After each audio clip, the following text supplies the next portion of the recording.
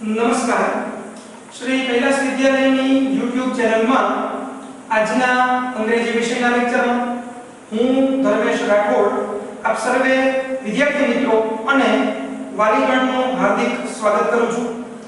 વિદ્યાર્થી મિત્રો, લાસ્ટ લેક્ચરમાં આપણે યુનિટ નંબર 1 એનું રીડ 1 અને રીડ 2 પૂર્ણ કરેલું હતું। તો હવે આજે આપણે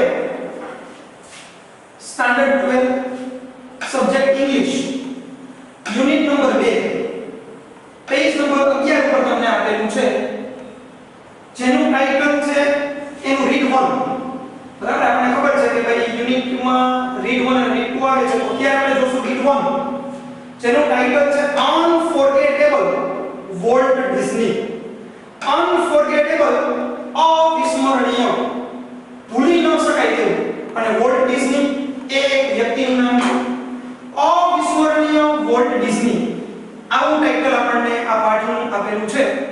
તો વિદ્યાર્થી મિત્રો, આપણે પાઠને શરૂ કરતા પહેલા એક સૂચના, જ્યારે પણ તમે આ વિડિયોને નિહાળો ત્યારે તમારી સામે ટેક્સ્ટબુકની હાર્ડ કોપી અથવા શાળા દ્વારા તમને આપવામાં આવેલી PDF એને સામે રાખીને જો તમે આ વિડિયોને નિહાળશો તો પાઠને સમજવામાં તમને ઘણી સરળતા રહેશે।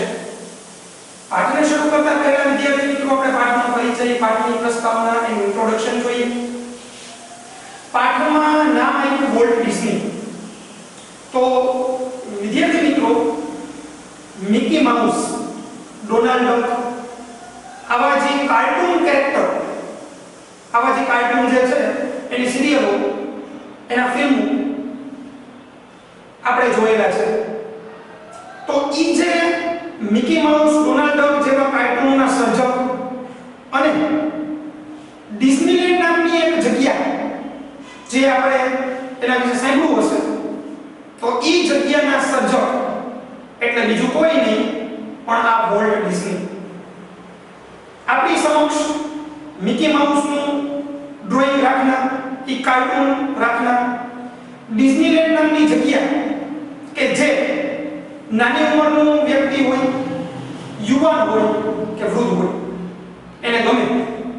ડિઝનીલેન્ડ એટલે એવી જગ્યા કે જ્યાં ઘણા બધા ફિલ્મો અને ઘણી બધી સિરિયલોનું શૂટિંગ પણ થયેલું છે।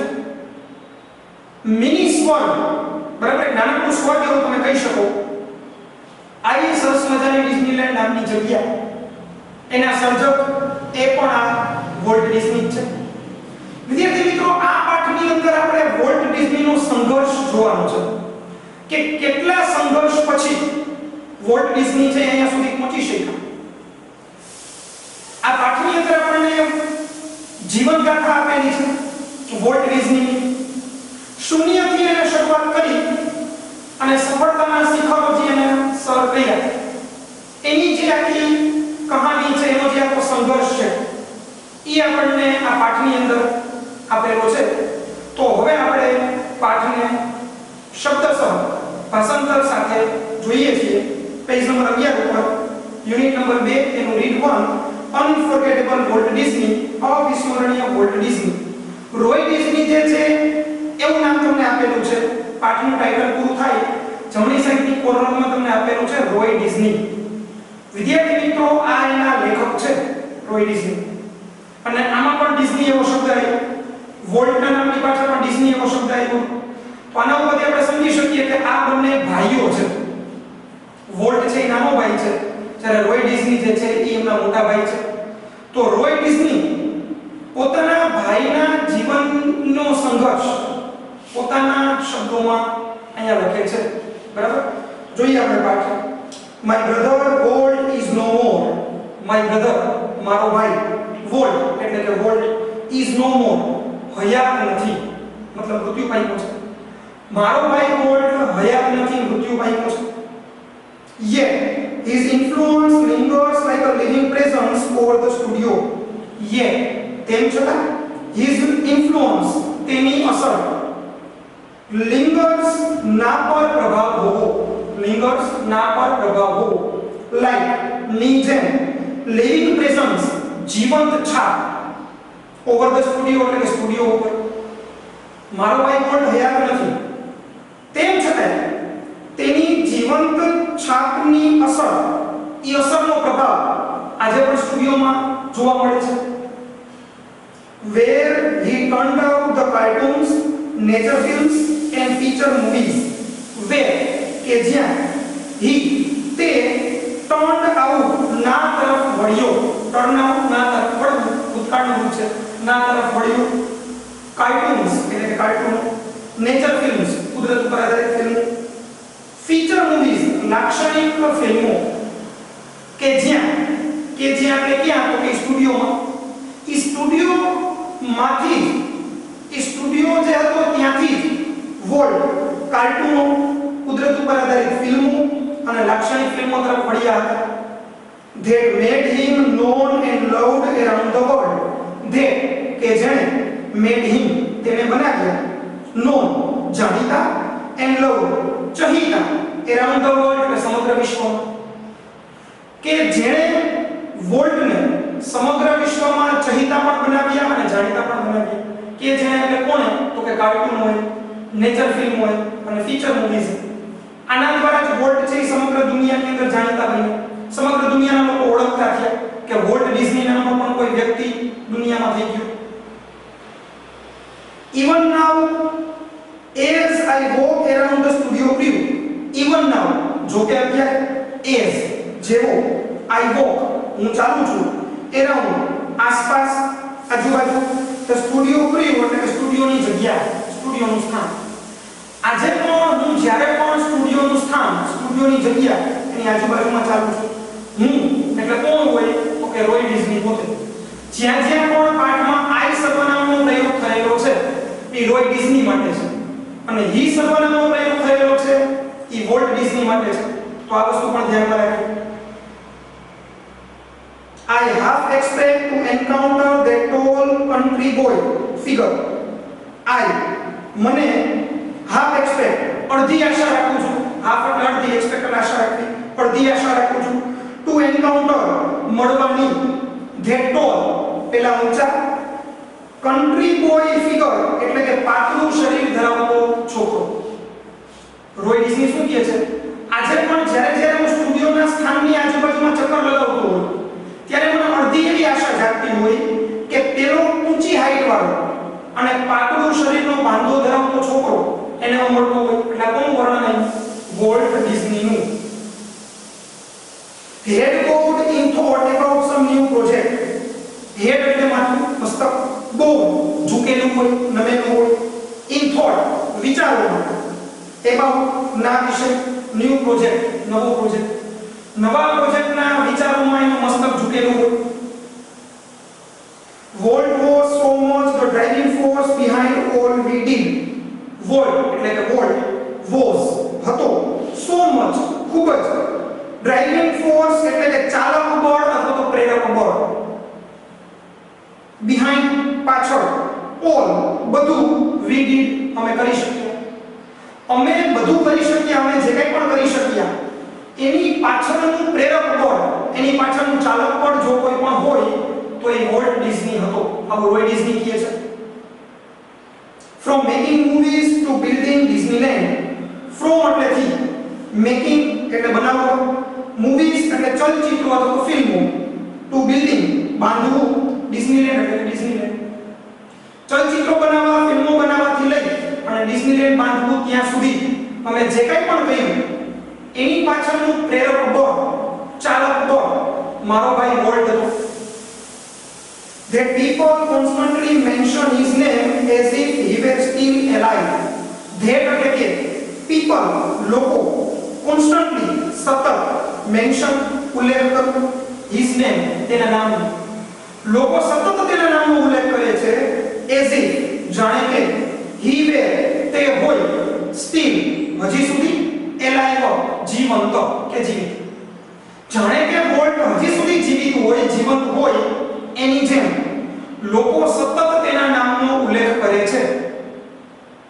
Every time we show a new picture or open a new feature at Disneyland, every time દર વખતે we show અમે દેખાડીએ a new picture એક નવું ચિત્ર or open અથવા ખુલ્લું મૂકીએ new feature નવું પાસું at Disneyland એટલે ડિઝનીલેન્ડમાં જ્યારે પણ અમે કોઈ નવું ચિત્ર બતાવીએ અથવા તો ડિઝનીલેન્ડની અંદર જ્યારે પણ અમે કોઈ નવા પાસાને ઉમેરો કરીએ, someone is bound to say, someone કોઈ વ્યક્તિ is bound to say એટલે ચોક્કસપણે કહેવું, કોઈ વ્યક્તિ ચોક્કસપણે કહેતું, શું કહેતું? I wonder how Walt would like it. I wonder, હું વિચારું છું, how કેવી રીતે, Walt એટલે કે Walt ને would like ગમશે, it એટલે Walt ને તે કેવી રીતે ગમશે? જ્યારે પણ કોઈ પણ નવી વસ્તુ લોકોની સામે રજૂ કરવાની થાય ત્યારે અહીંયા કોઈ વ્યક્તિ તો એમ કહેતું છે કે ભાઈ આપણે જે રજૂ કરીએ છીએ એ Walt ને કેવી રીતે ગમશે? Walt તો હયાત નથી, તેમ છતાં પણ વ્યક્તિ એના વિશે વિચાર કરે. તો આ છે Walt ની અસર. એના ઉપરથી આપણને Walt ની અસર ખબર પડે. And when this happens, and અને when જ્યારે this happens આવું બનતું અને જ્યારે પણ આવું બનતું, I personally realize that હું personally વ્યક્તિગત રીતે realize ખ્યાલ આવ્યો, મને વ્યક્તિગત રીતે ખ્યાલ આવતો that it was something he himself had planned up. That કે it was something તે એવું કંઈક છે, he એટલે કે તેણે મતલબ Walt himself તેની જાતે had planned યોજના કરી હોય, આયોજન કર્યું હોય. જ્યારે પણ રોય ડિઝની એમ કહે છે કે મને કોઈ એવું કહેતું કે આપણે જે કંઈ પણ બનાવશું એ Walt ને ગમશે કે નહીં, આવું જ્યારે મને કોઈ કહેતું ત્યારે મને પણ વ્યક્તિગત રીતે એમ લાગતું કે આ બધી યોજના જે છે એ Walt જ બનાવેલી હશે, એટલે એને ગમવાની છે. For my imaginative industrious brother left enough projects in progress to keep the rest of us busy for many years. For એટલે માટે, my મારો, imaginative કલ્પનાશીલ, industrious મહેનત, brother ભાઈ, left છોડી ગયો, enough projects પૂરતા પ્રોજેક્ટ. મારો કલ્પનાશીલ મહેનતુ ભાઈ પૂરતા પ્રોજેક્ટો છોડી ગયો, in progress ગતિમાં મૂકેલા, to keep રાખવા, the rest of us અમારામાં બાકીનાને, for many ઘણા બધા, many years ઘણા બધા વર્ષો. અમારામાંના લોકો એટલે કે રોય ડિઝની એમ કહે છે કે અમારી સાથે કામ કરતા લોકો ઈ પોતાનું કામ આગળ ચાલુ રાખી શકે એટલા માટે વોલ્ટ પોતે મૃત્યુ પામ્યો છતાં પણ તેની પાછળ કેટલાક પ્રોજેક્ટોને ગતિમાં રાખતો ગયો છે, કેટલાક પ્રોજેક્ટો મૂકતો ગયો છે કે જેથી કરીને રોય ડિઝની અને તેની સાથેની જે ટુકડી છે તે પ્રોજેક્ટો ઉપર કામ કરી શકે. અહીંયા આપણને ખબર પડે કે વોલ્ટ મૃત્યુ પામ્યો તેમ છતાં પણ એ બીજા માટે કંઈક સારું કરતો ગયો. માણસો બે પ્રકારના હોય, અમુક માણસો એવા હોય કે જે મૃત્યુ પામ્યા પછી પણ બીજાનું સારું કરીને જતા હોય, અને કેટલાક માણસો એવા પણ હોય જીવતે જીવતા પણ બીજાને નડતા હોય. વોલ્ટ છે એ પ્રથમ પ્રકારના માણસમાંથી હતો, પોતે મૃત્યુ પામ્યો પણ એની સાથે કામ કરતા લોકો માટે ઘણા બધા પ્રોજેક્ટ છે એ ચાલુ રાખીને ગયો કે જેથી લોકો એના ઉપર કામ કરી શકે, એની રોજીરોટી ચાલુ રહે. Walt was a complex man. Walt એટલે કે Walt was હતો complex man જટિલ માણસ, સમજવો મુશ્કેલ પડે એવો માણસ. Walt એક જટિલ માણસ હતો. To the writers, producers and animators who worked with him, to the writers લેખકો, producers નિર્માતાઓ and animators કાર્ટૂન બનાવનારાઓ અથવા તમે કયો કાર્ટૂનિસ્ટ, who worked કે જેઓ કામ કરતા, with him તેની સાથે, લેખકો, નિર્માતાઓ અને કાર્ટૂન બનાવનારાઓ કે જે લોકો વોલ્ટ સાથે કામ કરતા. he was a genius. he was તે હતો, genius એટલે બુદ્ધિશાળી, અતિશય બુદ્ધિશાળી. જે લોકો વોલ્ટ સાથે કામ કરતા ઈ લોકો માટે વોલ્ટ છે એ બુદ્ધિશાળી હતો, પણ સામાન્ય વ્યક્તિ માટે કોણ હોય તો કે જટિલ માણસ. અને આમે ઇતિહાસની અંદર પણ તમે વિદ્યાર્થી મિત્રો જો જે વ્યક્તિઓ ઇતિહાસના પાના ઉપર પોતાનું નામ અમર કરીને ગયા છે ઈ વ્યક્તિઓ બીજા માટે તો જટિલ જ હતા, સામાન્ય વ્યક્તિને સમજી નહોતા શકતા, પણ એની સાથે જે લોકો કામ કરતા હોય એ લોકોને ખબર હોય. ગુજરાતીમાં સરસ મજાની કહેવત છે કે હીરાની પરખ ઝવેરીને જ હોય. તો એવી જ રીતના અહીંયા વોલ્ટની સાથે જે લોકો કામ કરતા હતા એ લોકોને ખબર હતી કે આ કોઈ સામાન્ય માણસ નથી, શક્તિશાળી માણસ છે. Who had an extraordinary ability to add an extra stroke of imagination to any story or idea. Who had, જેની પાસે હતો extraordinary, અસાધારણ, ability, ક્ષમતા, to add, ઉમેરવાની, extra, વધારાની, stroke, મૌલિક સૂઝ, of imagination, Kalpana, to any story, કોઈ પણ વાર્તામાં, or idea, કોઈ પણ વિચાર, કે જેની પાસે કોઈ પણ વાર્તા અથવા કોઈ પણ વિચારમાં મૌલિક સૃષ્ટિ કલ્પના શક્તિ ઉમેરી શકે એવી અસાધારણ ક્ષમતા હતી. કોની પાસે? વોલ્ટ પાસે. અને આ બધી વસ્તુ કોણ કહે છે?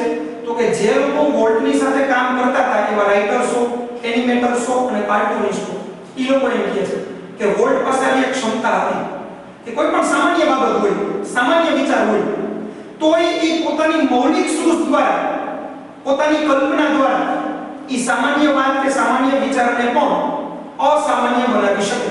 આવી એક ક્ષમતા વોલ્ટની અંદર હતી. To the millions of people who watched his TV show, to the millions એટલે લાખો, અહીંયા millions ને યાદ રાખજો, ધ્યાનમાં રાખજો આ શબ્દને. millions એટલે લાખો થશે. people લોકો, who watched કે જેઓએ જોયેલું his TV show, તેનો TV show, લાખો લોકો કે જેઓએ તેનો ટીવી શો જોયો, એટલે કે વોલ્ટનો ટીવી શો જોયો. He was a warm, kindly personality. He was, તે હતો, warm એટલે મૃદુ, કોમળ, kindly નમ્રશીલ, દયાળુ, personality એટલે વ્યક્તિત્વ. જે લોકોએ વોલ્ટનો ટીવી શો જોયો, લાખો લોકો, એ લોકો માટે તો વોલ્ટ એક કોમળ વ્યક્તિ હતું, નમ્રશીલ અને દયાળુ વ્યક્તિત્વ ધરાવતો હતો. Bringing fun and pleasure into their homes. Bringing લાવેલો હતો fun, આનંદ, and pleasure, ઉત્સાહ, into their homes, તેઓના ઘર સુધી. એવો મૃદુ વ્યક્તિ હતો, એવું એનું દયાળુ વ્યક્તિત્વ હતું કે જેને લોકોના ઘર સુધી આનંદ અને ઉત્સાહ પહોંચાડ્યા.